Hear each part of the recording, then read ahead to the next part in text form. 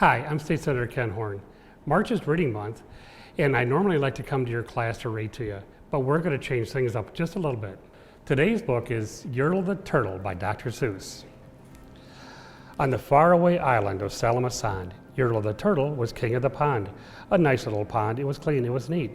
The water was warm. There was plenty to eat. The turtles had everything turtle that might need, and they were all happy, quite happy indeed. They were until Yertle, the king of them all, decided the kingdom he ruled was too small. "I'm ruler," said Yertle, "of all that I see, but I don't see enough. That's the trouble with me. With this stone for a throne, I look down on my pond, but I cannot look down on the places beyond. This throne that I sit on is too low down. It ought to be higher," he said with a frown. "If I could sit high, oh, how much greater I'd be. What a king! I'd be ruler of all that I see." So Yertle the Turtle King lifted his hand, and Yertle the Turtle King gave the command. He ordered 9 turtles to swim to his stone, and using these turtles, he built a new throne.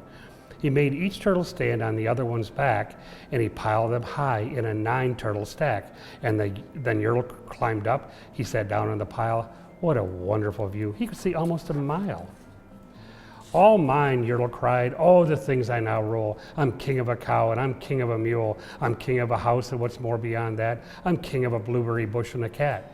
I'm Yertle the Turtle, oh marvelous me, for I am the ruler of all that I see." And all through that morning, he sat up there high, saying over and over, "A great king am I," until long about noon, then he heard a faint sigh. "What's that?" snapped the king, and he looked down at the stack, and he saw at the bottom a turtle named Mac, just a part of his throne, and this plain little turtle looked up and he said, "Beg your pardon, King Yertle, I've pains in my back and my shoulders and knees. How long must we stand here, your majesty, please?" "Silence!" the king of the turtles barked back. "I'm king and you're only a turtle named Mac.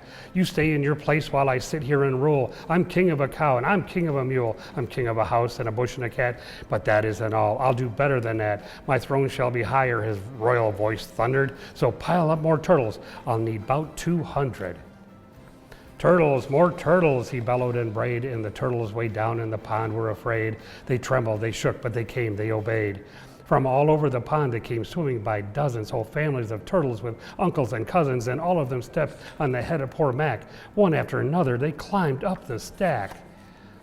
Then Yertle the Turtle was perched up so high, he could see 40 miles from his throne in the sky. "Hooray," shouted Yertle, "I'm king of the trees. I'm king of the birds, and I'm king of the bees. I'm king of the butterflies, king of the air. Ah me, what a throne, what a wonderful chair. I'm Yertle the Turtle, oh marvelous me, for I am the ruler of all that I see."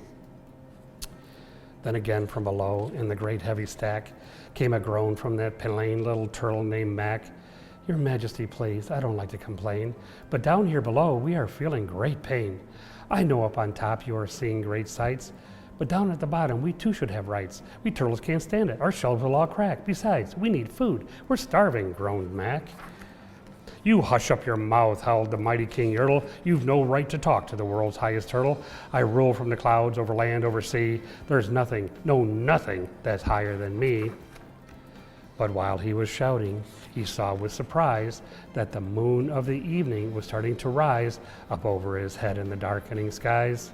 "What's that?" snorted Yertle. "Say, what is that thing that dares to be higher than Yertle the King?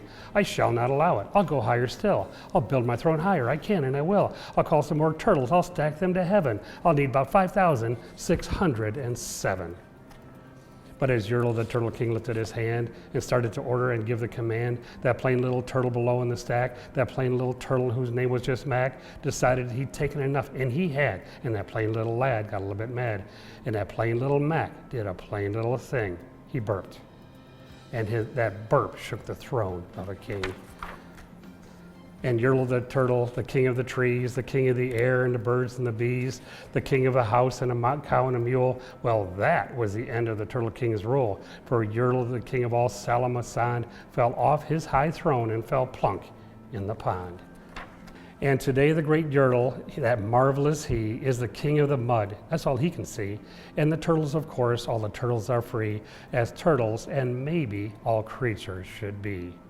The end. I hope you enjoyed today's book, because readers are leaders, and I hope to see you next year to read in person.